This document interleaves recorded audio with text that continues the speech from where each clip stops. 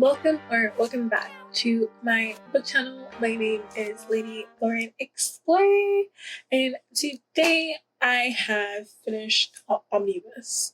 It's a alien and a human omnibus, and it's by Anna Zaris. And if you don't remember, Anna Zaris did the Twist Me, which is a kidnap, captive, capture kind of vibes.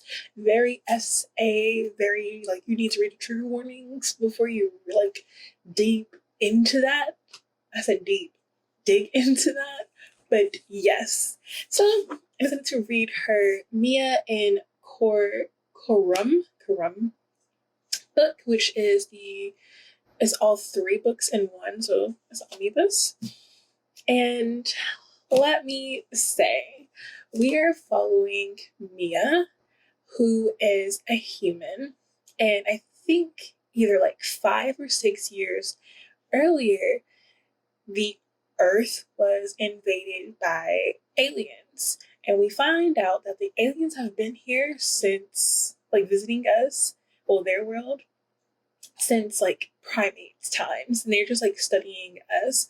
But they also realize that like our blood can sustain them. So like they're kind of like alien vampires, but not really. Sounds crazy. I know. So 5 years later, Mia is in New York. She is at a park and she's just trying to get her psychology paper done. She just wanted to like get somewhere like there's fresh air, even though she doesn't really like it. She just wanted something different. So she goes to the park and realizes that she can't write anything. So she starts to people watch. And she just so happens to look over at a bridge. And there is this very like tall and from the side profile guy who's very gorgeous. But she realizes that everyone on this bridge is like walking around him at like feet apart. Like they don't want to be near him. And she's trying to figure out why. And then he looks at her and she realizes he is the alien race. They call Ks or Canars. And he is like looking at her. Then he decides to walk over to her and she's frozen in fear because she's never met a K before. She's always heard crazy stories about Ks, but never met one in person. And now he's like talking to her. And we later find out that he like felt this like attraction towards her. And he decides to stalk her. He knows a lot of things about her. And this is basically like their story of how she becomes like a reluctant lover to him, because at first she really thinks that there's nothing she can do, because technically there is nothing that she can do to stop him from following her because of certain things that happen, and also like get away from him because of certain things that happen, dealing with their second meeting. So she's just like reluctant, and she's like, okay, like I have to do this until he gets bored, and then he doesn't become bored. So there is a lot of drama in here, because at first we get told about this resistance, which is humans or other alien subpart of the Canars that don't like the Canars on Earth. So they joined with the humans, who are resistant to this alien force being on Earth, and they're trying to destroy all of the areas that where Canars are like living in and on Earth.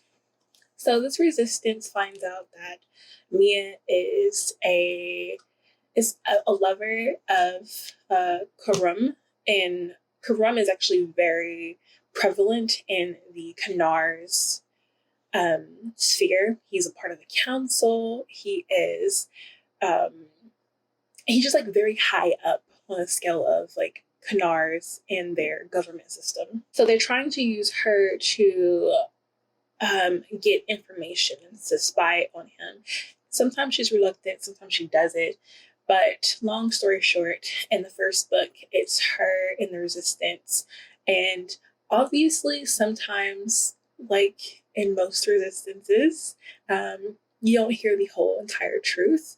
And then also, you don't see the other side of what's going on and how the other players are going about their resisting of other government or even like the Kanar's way of living. In the second book, it goes off the first book because in the first book we find out that someone who is a Kanar, an actual Kanar, has funded the resistance, and they get like little chapters, so you know that they're there. And they've been watching Korum and Mia, and they consider Korum a enemy. This Kanar is trying to save Earth for some reason and thinks Korum is the person that's going to destroy Earth and all that kind of stuff. But like as the book goes on, especially in the first one, you don't really see that. Like I can see it like in the first couple of chapters, like maybe, but as the first story gets on, you're just like, is he really doing something to destroy Earth? Like, I don't know. Then in the second book, we get introduced more to the villain, and we have like a little backlash of Mia going to her parents and meeting an alien race for the first time because they didn't want her to meet an alien race. They think alien races, the Kanars, are evil and like crazy. Like, why would you do that? Why can't you be with your own species? And then in the third book is the ending of their, I'm guessing their relationship of like in this story or in this world. Our villain is actually revealed in the third one, and we find out who he is and how close he is to Mia and Korum. Then we also get a lot of drama between that villain and Korum. And at the end, we find out something that we should have known.